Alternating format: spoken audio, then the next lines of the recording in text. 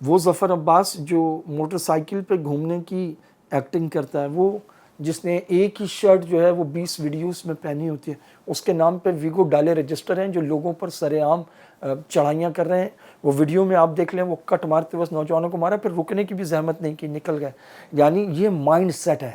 ایک تو یہ کہ اس کے پاس یہ ویگو ڈالے اس کے ذاتی نام پر ہیں، Jafaria disaster management cell JDC کے نام پہ نہیں ہے، اس ظفر عباس کے نام پر ہے۔ لوگ اس کو کہتے ہیں جی یہ تو بڑا یہ ہے، یہ کہاں سے آئے پیسے، جہاں سے ویگو ڈالے لیے اور اتنے لے لیے کہ وہ رشتہ دار لے کے گھوم رہے ہیں، اور مارا، رکنے کی زحمت نہیں کی۔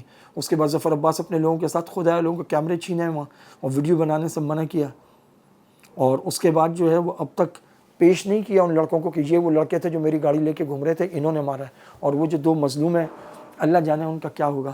اور سب سے بڑی بات، الیکٹرانک میڈیا خاموش ہے۔ الیکٹرانک میڈیا کیوں خاموش ہے؟